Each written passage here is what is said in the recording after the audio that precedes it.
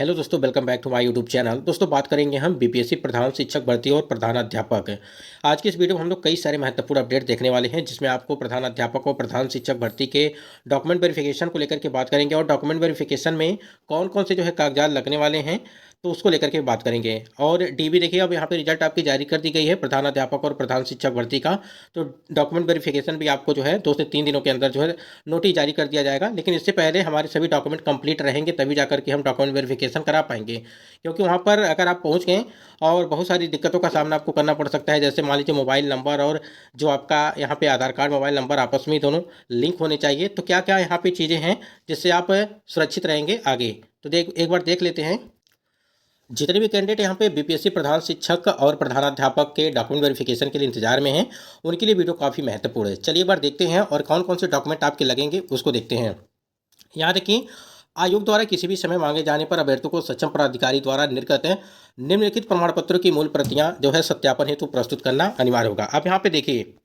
सबसे पहले आप पहले नंबर पे आप देख पा रहे हैं कि मैट्रिक का प्रमाण पत्र, अंक पत्र, जन्म तिथि के साक्ष्य के लिए, ठीक है, यानी कि हाई स्कूल का, उसमें जो है डेट ऑफ बर्थ के लिए आपके जो है नाम और आपका डेट ऑफ बर्थ क्या है एग्जैक्ट वहाँ पे जो भी रहेगा वही मान्य किया जाएगा। दूसरे नंबर पे देखिए, विज्ञापन के अनुरूप शैक्षणिक एवं प्रशैक्षणिक योग्यता के उत्तीर्णता संबंधी प्रमाण पत्र एवं अंक पत्र आपके पास होनी चाहिए। जितना भी चीज़ें समझिएगा कि विज्ञापन के अनुरूप है, यानी कि जो विज्ञापन में है क्या क्या एलिजिबिलिटी है, क्या क्या चीज़ें आपसे मांगी गई थी विज्ञापन में, क्या क्या चीज़ें थी, अगर वो आप क्राइटेरिया फुलफिल कर पाते हैं तभी जाकर के चीज़ें आपकी सही रहेंगी। तीसरे नंबर पर देखिए, विज्ञापन के अनुरूप सक्षम पदाधिकारी जिला शिक्षा पदाधिकारी द्वारा निर्गत अनुभव प्रमाण पत्र है। आपको याद होगा जब बीपीएससी प्रधान शिक्षक भर्ती के लिए नोटिफिकेशन जारी किया गया था तो उसमें 8 वर्ष का जो है अनुभव मांगा गया है, ठीक है। तो आपके पास वो होने चाहिए, यानी कि सक्षम पदाधिकारी जिला शिक्षा पदाधिकारी द्वारा निर्गत अनुभव प्रमाण पत्र, यानी कि 8 वर्ष का आपके पास अनुभव होना चाहिए, उसका जो प्रमाण पत्र है रहना चाहिए। चौथे नंबर पर आप देख पा रहेंगे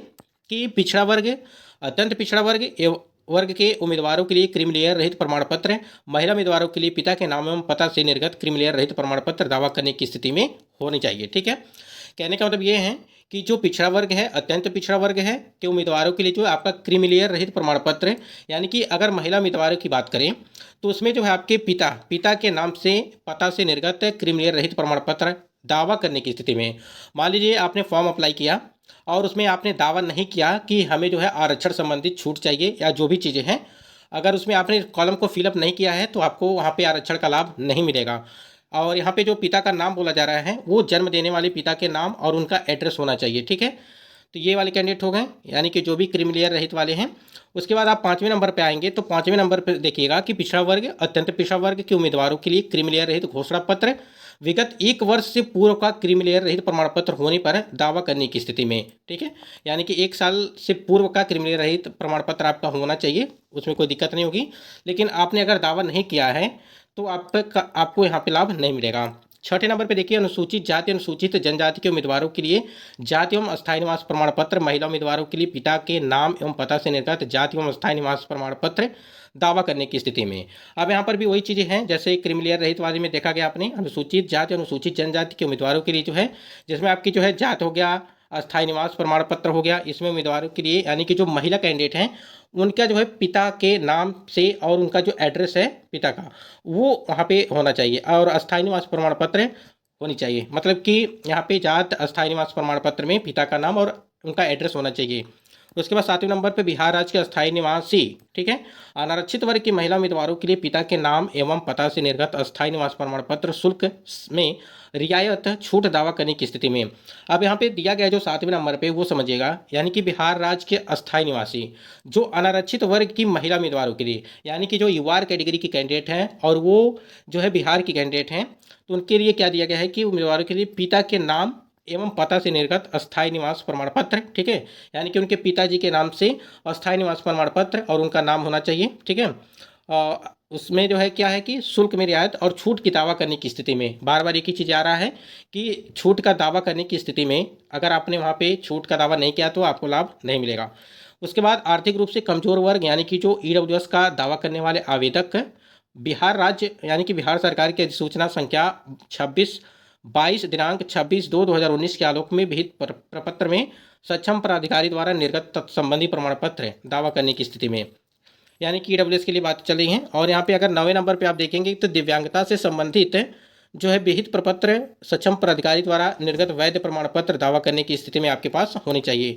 और यहाँ देखिए, बिहार राज्य के किसी भी सरकारी चिकित्सा महाविद्यालय एवं अस्पताल से निर्गत अथवा परामर्शित संपुष्ट दिव्यांगता प्रमाण पत्र मान्य होगा। यानी कि जो भी दिव्यांग कैंडिडेट हैं, ठीक है, उनके लिए बताया जा रहा है कि आपका जो दिव्यांगता सर्टिफिकेट होगा वो जो है यहाँ पे दिया गया है सिविल सर्जन और सीएमओ द्वारा निर्गत आपके पास होना चाहिए और समर्पित करने की स्थिति में उम्मीदवारी जो औपबंधिक मानी जाएगी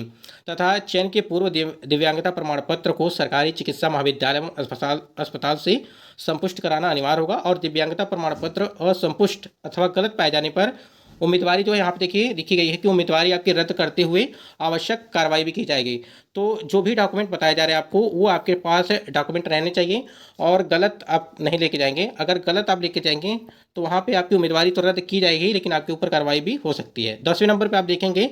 कि सामान्य प्रशासन विभाग बिहार सरकार के पत्रांक संख्या जो है 10,662 और दिनांक यहाँ पे 29/6/2022 के अनुसार बेंचमार्क दिव्यांग यानी कि PWBD अभ्यर्थियों को सूर्य लेखक एवं अन्य सुविधा का दावा करने की स्थिति में उपयुक्त सूचना यानी कि अधिसूचना के साथ संलग्न अनुसूची फर्स्ट में जो है सक्षम प्राधिकारी द्वारा निर्गत प्रमाण पत्र एवं अनुसूची सेकंड में जो है शपथ पत्र है। ठीक है, ये सामान्य प्रशासन विभाग के द्वारा यहाँ पे जो सूचना दी गई है। वो 11 नंबर पे आप देखेंगे कि भूतपूर्व सैनिकों को उम्र सीमा में छूट का दावा करने की स्थिति में तत्संबंधी प्रमाण पत्र यानी कि जब आपने फॉर्म अप्लाई किया था तो उस टाइम पे जो भूतपूर्व सैनिक थे उन्होंने अगर यहाँ पे 10 वर्ष की उम्र सीमा में यानी कि उम्र सीमा में छूट के लिए अगर वहाँ पे प्रमाण पत्र उन्होंने नहीं लगाया है तो वहाँ पे आपको छूट नहीं दी जाएगी और आपकी यहाँ पे जो है आगे चल करके आपको काफ़ी दिक्कत होगा। 12वें नंबर पर देखिए, सरकारी सेवकों को उम्र सीमा में छूट का दावा करने की स्थिति में तत्संबंधी प्रमाण पत्र आपके पास होनी चाहिए। और स्वतंत्रता सेनानी के पोता पोती नाती नातनी का जो दावा करने की स्थिति में अभ्यर्थियों के लिए जिला पदाधिकारी या उनके द्वारा प्राधिकृत पदाधिकारी के हस्ताक्षर से निर्गत भूतपूर्व स्वतंत्रता सेनानी के पोता पोती नाती नातनी होने के प्रमाण पत्र और ये दावा यानी कि कोई भी चीज़ है अगर आपको कोई भी लाभ लेना है, ठीक है, चाहे जो भी चीज़ है उसमें अगर आपने कॉलम को फिलअप नहीं किया है फॉर्म अप्लाई करते टाइम पे तो आपको वहाँ पे कोई भी छूट नहीं दी जाएगी, इस बात को ध्यान रखिएगा।